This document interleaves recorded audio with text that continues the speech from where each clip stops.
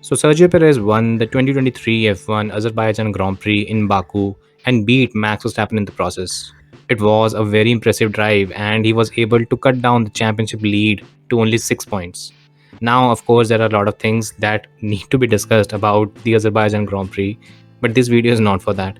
In this video, we are primarily focused on the drivers, and we take a look at how the 20 drivers performed at the Azerbaijan Grand Prix, especially if you take into consideration the fact that we had a sprint format, and yeah, it was quite an exhausting one as well. So, yeah, without further ado, let's not waste any more time. Let's get straight to it as we take a look at how the 20 drivers fared at the Azerbaijan Grand Prix. Now, we are going to do this in a reverse order. We'll start with Williams, that was last in the championship last season, and make our way towards Red Bull at the top. So, without further ado, let's get straight to it. Let's take a look at the driver ratings for the 2023 F1 Azerbaijan Grand Prix.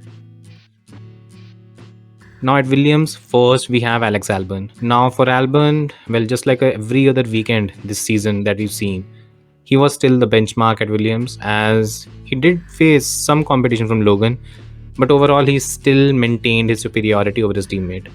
To add to this, the sprint race was particularly impressive. He was inside top 10 in both qualifying and the race. So yeah, good job on that front. The race for Sunday was a bit anonymous, and arguably it also had to do with the fact that the qualifying didn't really go his way. So yeah, in my view, he gets a rating of 7.5 out of 10 for the Azerbaijan Grand Prix. Now next we have Logan Sargent. Well, one thing that has stood out for Logan is the fact that he is pretty strong over a single lap. He's shown that in glimpses in almost every race until now. However, at the same time, he's still very crash prone. And this is something that Williams might need to look at because even in Australia, he crashed out. And that's something you don't want your rookie driver to do. Then also, we can take a look at how he fared even at Baku, where again he crashed out, and that was something that led to him missing the sprint altogether. When you take all these things into consideration, it was a poor weekend. No two ways about it. And yeah, somewhere down the line, he needs to start making better decisions and needs to maybe tame that aggression a bit. So yeah, in my view, for this weekend, he gets a rating of 4.5 out of 10. Now let's move to AlphaTauri. And first at AlphaTauri, we have Yuki Tsunoda. Now, I think it's safe to say that Yuki is dominating Nick De Vries right now. There is really no doubt about that.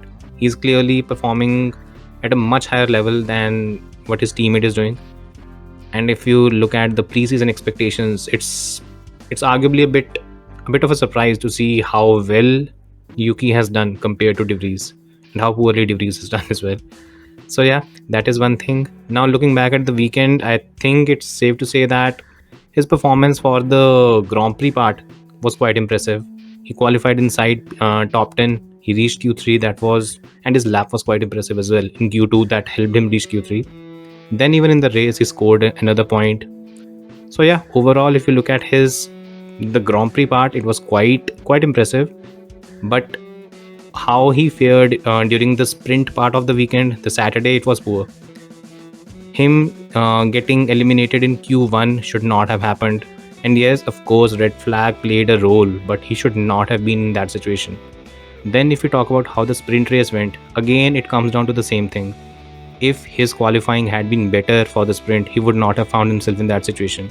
So yes, even though in terms of pace, he was right up there, in my view, he gets a rating of 7.5 out of 10 this weekend. Now talking about Nick De Vries. Well, it was symbolic. I don't really have much to say. He crashed in qualifying, he crashed in the race, and he's making rookie errors. And making rookie errors when you're 17 or 18 or even 2021 is still acceptable.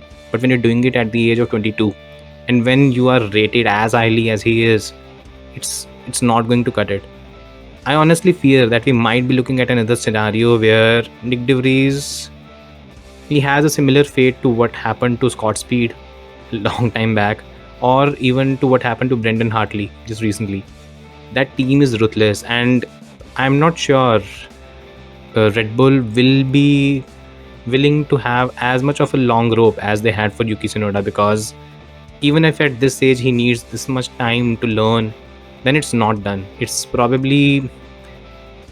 It's dangerous times for Nick De Vries, and if I have to give a rating for this weekend, it's 2 out of 10. It was rather pathetic in my view. Now moving to Haas. First of all, let's take a look at Nico Hülkenberg. Now talking about Hülkenberg, he was once again quicker than Magnussen in qualifying. That's become a feature now. It's nothing new. Then he was hampered quite severely by the setup issues throughout the weekend. His sprint race saw him completely plummet because apparently the car just ate through the tires in the first 4 or 5 laps, and they were the medium tires. So yes, that happened. But yes, I think what was what was impressive was how his feature race on the race on Sunday, how it panned out, because in that race we saw a very lengthy stint on the hard tires, and he was almost pretty much throughout the entirety of the race he was able to stay within the DRS range of Esteban Ocon. Overall, yes, again he was a bit unlucky with the strategy, and maybe points would have been on offer. But yeah, decent weekend which was quite severely hampered by the kind of issues the car faced pretty much throughout the race weekend. And if I have to give a rating, it would be 7 out of 10 for the kind of weekend that he had. Next, talking about Kevin Magnussen. Yeah, even he suffered quite a bit through the kind of issues the car faced. He missed a lot of the first and the only practice session that the team had. But keeping that in mind, the crash in qualifying is just not done. If that had not happened, he would have been able to qualify much higher, and his race on Sunday would have been much better. It wasn't because he crashed out. So yes, that is, you can't have that. It's just not on. Then again, overall, I think Magnussen, he had a bit of an anonymous race. To be honest, there wasn't much he could do. He was stuck in traffic like almost everyone because of the kind of race that we had. And yeah, a bit of a weekend to forget overall for him as well. In my view, if I have to give a rating, it will be around 5 out of 10. Now coming to Aston Martin, first let's talk about Fernando Alonso. Well, once again, just like almost every other race this season, he was the benchmark at the team, as he had a clear advantage over Lance Stroll almost throughout the entirety of the weekend. Then I think both his race executions in sprint as well as in the main race on Sunday, they were quite impressive. The way he jumped Lewis in sprint was quite impressive, and the way he calculated how he was going to hunt down the Mercedes driver again in the race was again quite, you can see how he was able to calculate what all he needed to do. Now, was that a perfect weekend? I feel not.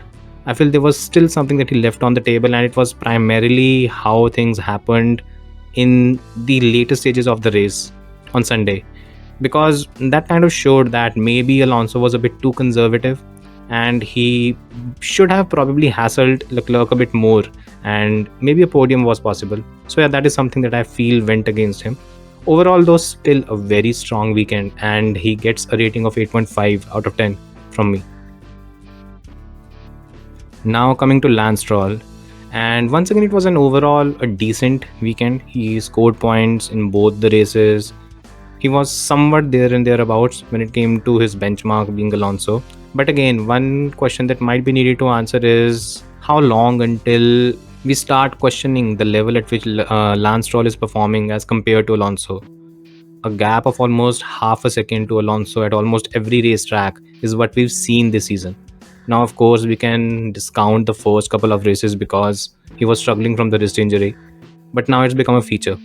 At some point, somewhere, we have to question if he's doing even a decent job. In all honesty, the way he performed this weekend, it was decent. But if you take a look at the fact that he's driving an Aston Martin, the result was just not good enough. Especially if you take a look at the mistake he made where he let Lewis through. Overall, yeah, in my view, he gets a rating of 6.5. But I think it's about time we start questioning how good Lance Stroll is and how well he's performing in that car. Now coming to Alfa Romeo, first of all, let's take a look at Valtteri Bottas. And I'm not really sure what I can say about the kind of performance Bottas is putting together. First of all, he's struggling in both qualifying and in the races. His races have been a bit anonymous. and he's struggling to even keep up with Guan Yu Zhou. And when you take all these things into consideration, you have to question if he has the motivation to continue in Formula One. There's been you can see that his focus has somewhat changed. The distractions are there right now. Is he entirely focused on Formula One? I don't know, but that is a question he might need to answer because his performances are suffering, and maybe Alfa Romeo might be keeping a close eye on whether Bottas is actually the future when Audi comes over. So yeah, in my view, the rating is he gets a rating of 3 out of 10 because it was a pretty underwhelming weekend once again from Bottas, and especially by his standards. So yeah, a rating of 3 out of 10. Now talking about Guan Yu Zhou, and yeah, it was a decent weekend. He did a decent job in both the sprint and the race. It was a bit unfortunate at how a DNF cost him once again in Baku, but yes, he's doing a decent job. Not entirely impressive. Again, the car is also a limiting factor, but if I take all those things into consideration, I'm still not too impressed with what Joe is doing. Yeah, gets a rating of 5 out of 10 in my view. Now, let's move to McLaren. First of all, let's talk about Lando Norris. And, well, a very impressive weekend once again from his side. And I think one of the more important and one of the more, I, something that stood out for me was how well he was able to do in qualifying. He almost outqualified both Lewis and Fernando Alonso in qualifying. And that is something you should not expect from a McLaren, especially the kind of McLaren that has been there this season. Of course, the upgrades seem to have worked, at least on this track. We'll see how it performs in Miami. But that was one of the more standout features of the entire weekend, at least for me, and something that gets buried because he drives a midfield car. Then, other than that, I think he extracted the maximum possible result from the car. There wasn't really much more left. He got points on Sunday, a couple of them, and even on Saturday, it was a bit unfortunate that he had to take the soft tire, and it didn't really pan out for him. When you take all these things into consideration, it was quite impressive how well Norris performed. Another thing that is, well, something that is not being pointed out right now is the fact that Norris is dominating Oscar Piastri right now. He's doing to Piastri what he used to do to Daniel Ricciardo. And while I don't want to be someone who jumps the gun and starts reaching conclusions after just 4 races, it does appear that there is almost a similarity to how Norris used to perform last season when he had Ricciardo as his teammate, or now when he has Piastri as his teammate. Both the Australians, they were in his shadow, and they are still in his shadow. So yeah, something to look at. In my view, when I look at the entirety of his weekend, I give him a rating of 9 out of 10. A very, very impressive performance once again from his side. Now, talking about Oscar Piastri, another solid weekend. He was struggling a bit because of he had a stomach issue or something, some illness that he was pretty much trying to manage throughout the weekend. And yes, an exhausting sprint weekend is just not something that you want when you are struggling like that. So yeah, on that front, he was still able to keep his nose clean, get things done. That way, it was all good. One thing that might be a bit concerning is the kind of gap that he has when it comes to Norris. You cannot continue to have that kind of a gap because maybe for first 4 races there won't be questions raised, but as the season progresses, questions will be asked. And unless Oscar Piastri is able to get that gap down in probably next 2-3 races or something like that, or even if he's within striking range of Norris, unless he's able to do that, questions will be raised over whether Piastri is actually that good. So yeah, decent weekend. He's keeping his nose clean, he's learning. He was also not well, but if I have to give an overall rating, it will still be 6 out of 10. Now coming to Alpine, who had a shocker of a weekend. And first of all, let's take a look at Esteban Ocon. Now, I think both drivers, Ocon was also struggling massively, and he was massively handicapped by the car issues. They had to change the setup. There was issue with reliability. He suffered from a hydraulic issue in P1. I think when you consider all of that, he extracted whatever was possible from the car. Even in qualifying, he didn't bin it like Gasly did. He was able to qualify in P12, P13, something like that. And if he had started the race from that point, I think he would have scored points. But again, he had to start from the pit lane because Alpine messed up the setup entirely. So yes, that was gone. And even in the race, that hard stint, that very long stint that he did, pretty much the entirety of the race. What was the most impressive part was when Hulkenberg fell off, but Ocon was still relatively doing lap times that was similar to what Norris was able to do. So yeah, there is maybe some latent pace in Alpine that maybe they can extract in the coming races. But yeah, overall a decent weekend, majorly handicapped by the car, and in my view, he gets a rating of 7.5 because I don't think he could have done anything more with that car. And if he had been probably a bit lucky, maybe he could have snatched a point or two. But that is how it goes sometimes. Now coming to Pierre Gasly, again, just like Ocon, he struggled massively because again he was also handicapped by what was going on with the car. I think what works against him as compared to his teammate was, well, in my view, you cannot just crash your car, whatever be the issue that you faced in P1. Ocon faced a similar issue. He had a similar kind of track time that Gasly did, but yet he was able to get that car to P12, P13.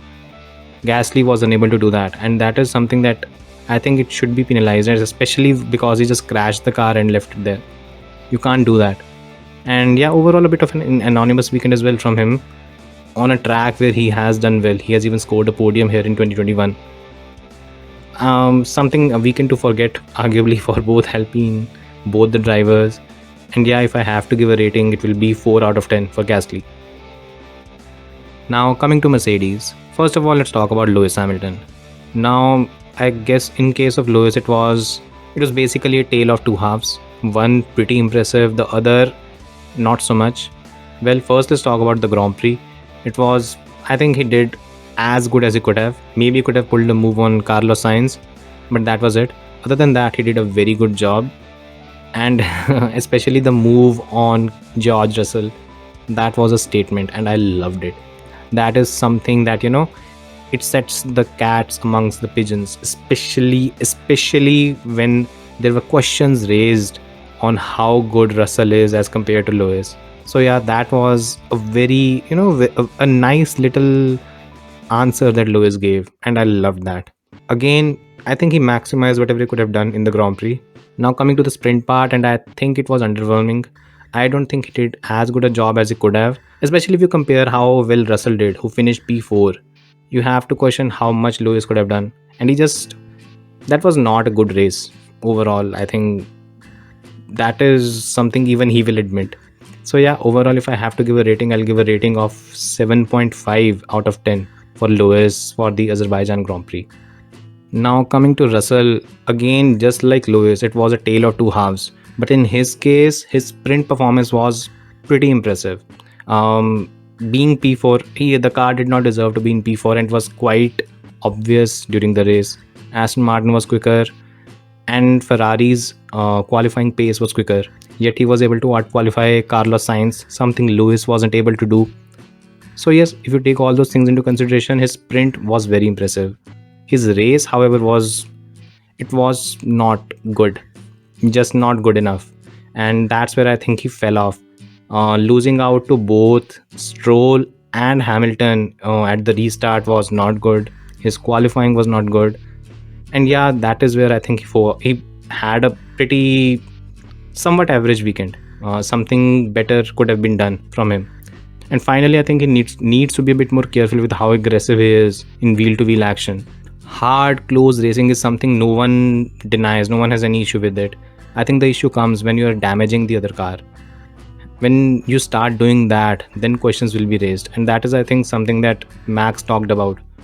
Because somewhere down the line, it becomes a bit argy-bargy, and that is maybe crossing a line.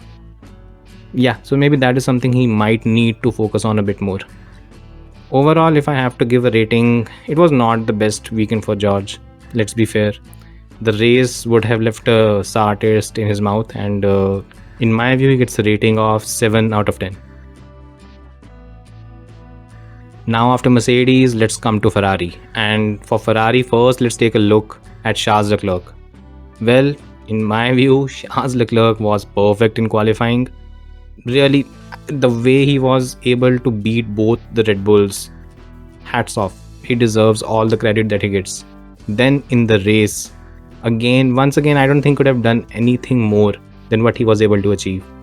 And most importantly, something that tends to be missed out whenever he gets this thing done. He was almost 1 second quicker than Carlos Sainz in qualifying, and then in the race, the feature race on Sunday, he was 25 seconds ahead of Carlos Sainz. When you're pulling this kind of gap, it's almost like the two drivers are in completely different tiers. This thing needs to be kept in mind by Ferrari next time, and I think it's about time they start molding their team around Charles Leclerc, because I don't think he can do anything more than this to show that, okay, fine, having equal opportunity for both drivers is something that everyone welcomes. But maybe it's about time Ferrari starts molding its team around the driver that is going to win them the title. In my view, if I have to give a rating, it's 10 out of 10. A perfect weekend from the Ferrari driver and a perfect comeback after a pretty pathetic race that he had in Australia. Now, talking about Carlos Sainz, and well, not much to say. He was quite woeful in the race, he was quite woeful in qualifying, far behind his teammate, and that kind of gap cannot be justified unless there is a car issue. So, yeah, major concerns for Ferrari, especially if they eye Carlos Sainz as a driver that could challenge Charles Leclerc, something he doesn't do often, to be honest. So yeah, if I have to give a rating for Carlos Sainz, he gets a rating of 5 out of 10 after the kind of weekend that he had. Finally, now coming to Red Bull, first of all, let's take a look at Max Verstappen. Well, in my view, I think I even tweeted about it before the race started that Max Verstappen is too distracted this weekend. He's too focused on the sprint weekend, he's too focused on the format. This is not pure racing, this is that. And then the incident with George Russell, and that took a lot of energy out of Max Verstappen as well. And then finally, when he faced a challenge in the race, he wasn't able to fight back. Overall, this was not the best weekend for Max Verstappen. He still performed at a very high rate. It's not as if he was completely demolished by Sergio Perez. It was a gap of just around 2 to 3 seconds at the end. So yes, if you take all those things into consideration, this race should be treated as a wake-up call, because if he lets Perez get away with these wins, they are going to pile up. And this was a mistake that Lewis Hamilton made with Nico Rosberg in 2016 and even in 2014 to an extent. You do not let your teammate gain momentum, and Verstappen needs to wake up and start focusing solely on the championship, and that's it. The format or everything, he can talk about it later. So yeah, for this weekend, if I have to give a rating, he gets a rating of 8 out of 10. I cannot rate him any higher than that because it wasn't the best weekend from his side. Now talking about Sergio Perez, I think first of all, this was an amazing comeback from him, because again, a lot of people forget he had a miserable weekend in Australia. His qualifying accident, of course, he did a decent damage control job and he finished wherever he did. It was something that was a flashback to what used to happen with Perez even in the previous 2 seasons. This time around, though, he has not let momentum drift away. He's reached Baku. He's kept himself a bit under the radar until the race on Sunday. Not many would have considered Perez to be a challenger. And yet, I think this is the first time in the 2.5 something years of partnership that these two drivers have had that Sergio Perez beat Verstappen in a straight fight. Sure, he did that even in Jeddah as well. But yes, even there was a bit of an asterisk that Verstappen had to make his way through the field and he wasn't feeling well. This time around, there are no asterisks. This time around, Perez beat him in a straight fight and he did it convincingly. There couldn't be a bigger statement from any driver if he wants a challenge for the title. So yeah, all that Perez needs to do now is continue to build on this momentum and try to challenge for another win in Miami. Just imagine if he wins in Miami as well. The championship is wide open. And Verstappen will be under pressure because he never faced a challenge from Perez before. So yeah, something to keep an eye on. Now coming to the ratings, he gets a rating of 9.5 out of 10. Why he does not get a 10 is because while Leclerc was pretty much peerless and faultless in both qualifying and in the race, and he basically outqualified two faster cars. Perez, I think his final qualifying lap, he had a compromised lap, and that is something that I do tend to hold against him, as it was not an entirely perfect weekend for him. So yeah, a 9.5 rating for him, but still very, very impressive. So yes, these are the entire ratings for the Azerbaijan Grand Prix. You can take a look.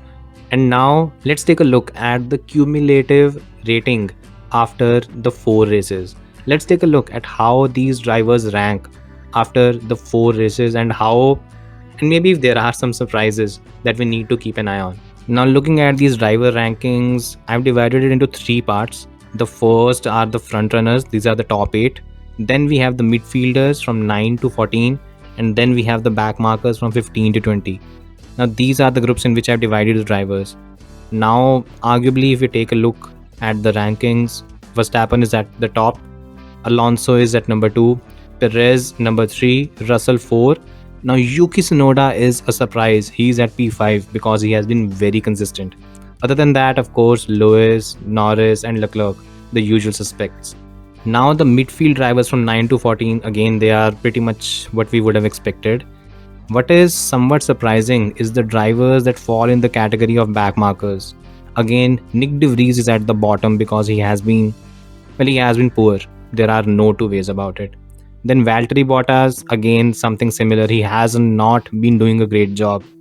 Logan Sargent finds himself here. The two other notable additions in this list is Pierre Gasly and Carlos Sainz. Now, Sainz, again, not a great start to the season. Gasly is a bit of a surprise, but I think it's very marginal. And as the season progresses, I don't think Gasly's looked that bad. He will climb his way up the rankings and maybe finds himself more closer to the 10th than the 15th in the final pecking order. So yes, at the end of the 4 races, this is where we find ourselves. Do let me know what you guys think, and do let me know if you have something different in terms of driver rankings in your view, especially for Baku. If there are some ratings which you don't agree with, I think there are quite a few that might not agree with Perez getting a 9.5, not 10. Drop in your comments, let me know what you guys think. Like the video, share it. Of course, if you are a new viewer, hit the subscribe button, help the channel out. Thank you. Thanks for watching. Hope to see you again next time.